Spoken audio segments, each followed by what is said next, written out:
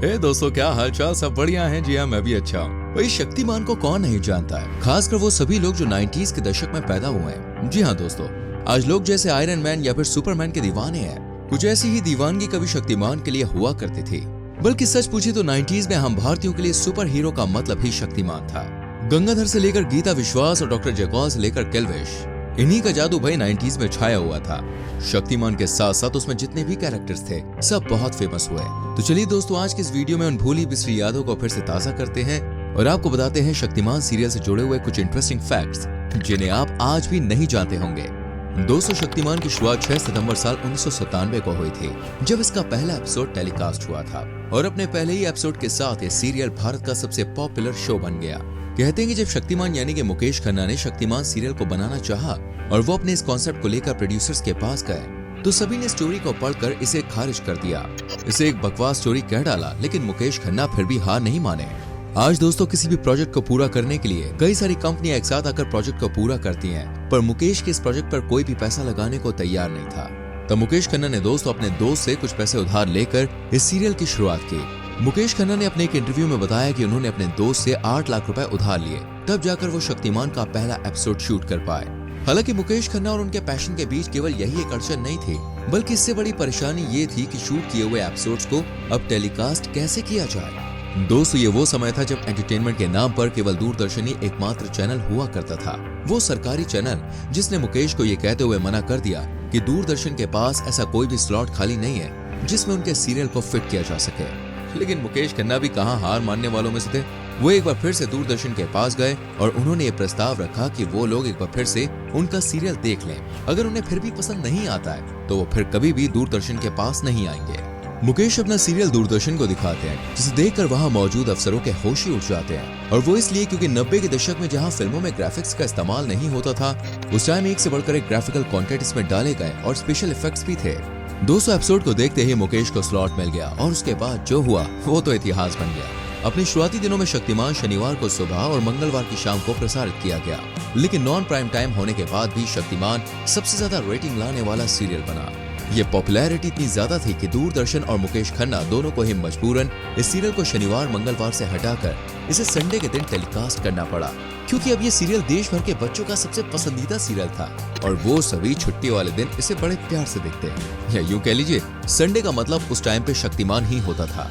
एक समय दोस्तों ऐसा भी आया जब मुकेश के लिए ये घाटे का सौदा बन गया और वो लगातार नुकसान में जाने लग गए। लेकिन मुकेश खन्ना फिर भी किसी न किसी तरह से मैनेज करते रहे। आपको जान के हैरानी होगी, कई बार तो ऐसे हालात भी बन जाया करते थे जब मुकेश खन्ना सेट पर काम कर रहे आर्टिस्ट से ही पैसा मांगकर काम चलाते थे।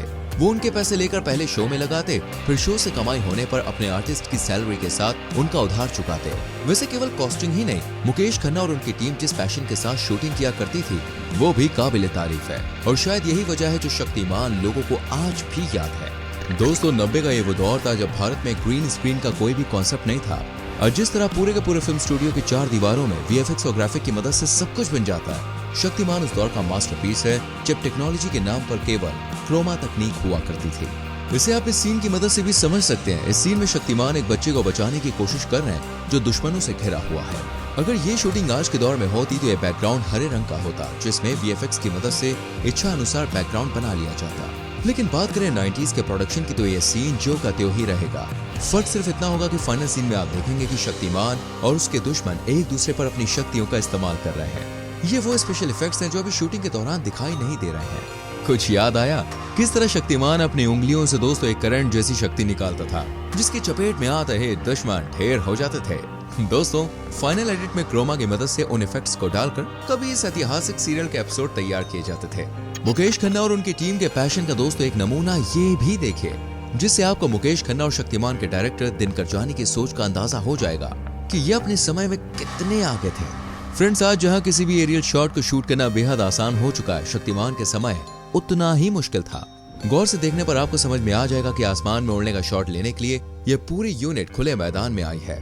यहाँ पर गंगाधर सचमुच उड़ रहा है, जिसके लिए मुकेश खन्ना को लंबे तारों से बांधकर एक बड़ी सी क्रेन की मदद से लटकाया गया है। आपको हम बता दें कि ऐसे सीन की जब एडिटिंग की जाती है ना, तो तारों को गायब कर दिया जाता है, जिसके बाद ऐसा लगने लगता है कि गंगाधर मानो सचमुच ही हवा में उड़ रहा है।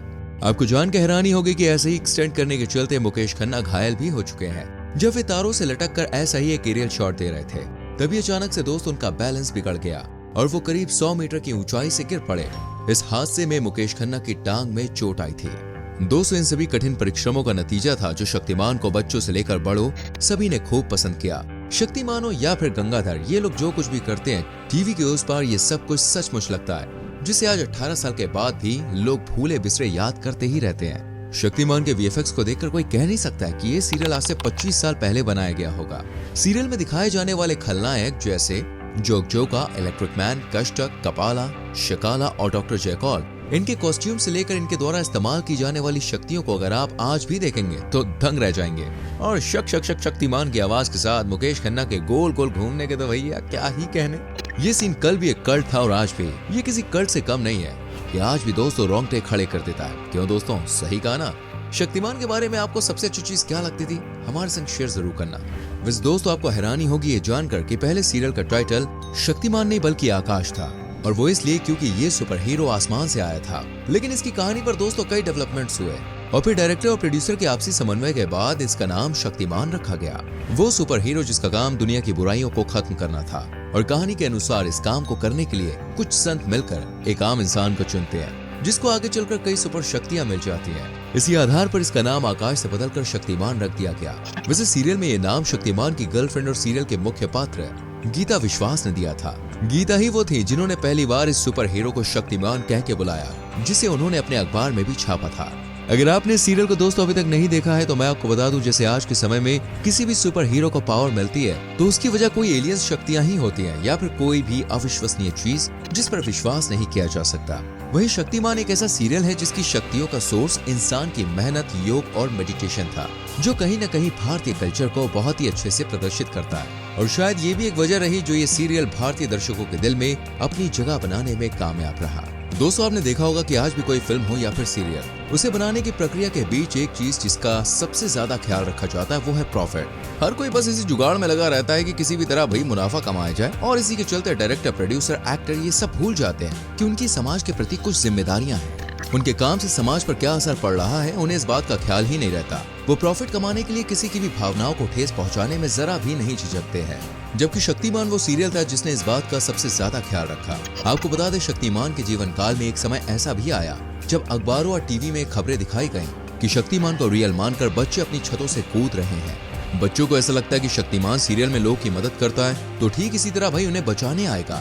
ये बातें सच थी या फिर अफवाह, ये तो हम ठीक से नहीं बता सकते, लेकिन इतना जरूर कह सकते हैं कि तब मुकेश खन्ना ने खुद आगे बढ़कर मोर्चा संभाला और हर एपिसोड के आखिर में छोटी छोटी मगर मोटी बातों के नाम से एक सीरीज चालू की। इसमें शक्तिमान बच्चों से लेकर बूढ़े लोगों तक जो भी कोई ऐसा काम कर रहा था जो समाज के लिए सही नहीं था, शक्तिमान उसे फौरन टोकता और कहता ठहरो। इसके बाद शक्तिमान उसे सही सलाह देता। दोस्तों, ये सीरीज केवल हिट ही नहीं हुई बल्कि इसने कई परिवर्तन भी किए, और जो कुछ भी नेगेटिविटी सीरियल के बारे में फैलाई जा रही थी वो भी हवा हो गई। तो दोस्तों, ये थी पूरी कहानी मशहूर सीरियल शक्तिमान की।